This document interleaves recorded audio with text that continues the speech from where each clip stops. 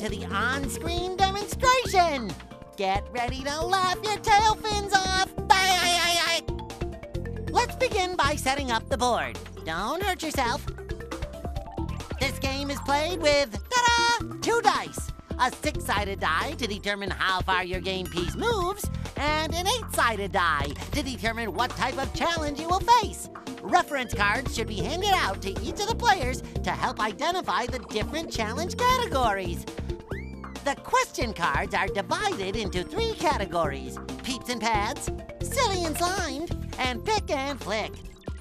Use the timer option on the DVD to limit how long players take on trivia cards. Don't take all day. You can set the length of the timer from 10 to 30 seconds from the main menu. Place the slime cards on the board and select a player to operate your DVD player's remote control. Refer to that person for the rest of their lives as the DVD Slime Master, or Slimy for short. Choose your playing pieces and place them at the start location on the board. You win! Only kidding, there's more to it than that. But you ready to play? Start the game by rolling the numbered die, that's the little square thing.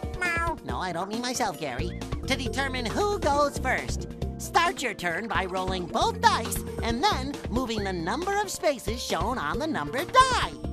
Then, attempt to successfully complete a challenge from the category shown on the category die. When you win a challenge, you roll the dice again and take another turn. When you win a challenge while on a Turbo Nick space, you move twice the distance shown on the numbered die, just because we like ya. If you roll a slimy splat, follow the instructions on the slime card, then pass the dice to the next player. Your turn? Oh, it's over, baby. Finito. Done. If you roll a My Play is chosen from the DVD menu, and you attempt to answer the challenge that appears on screen. Obey the television. After you've played many times, you may start seeing the same clips over again. Don't panic. Each My Play clip has multiple questions associated with it, so you never know what you'll be asked. We're tricky that way. On an All Play, choose All Play from the menu, and all of the players attempt to answer the question.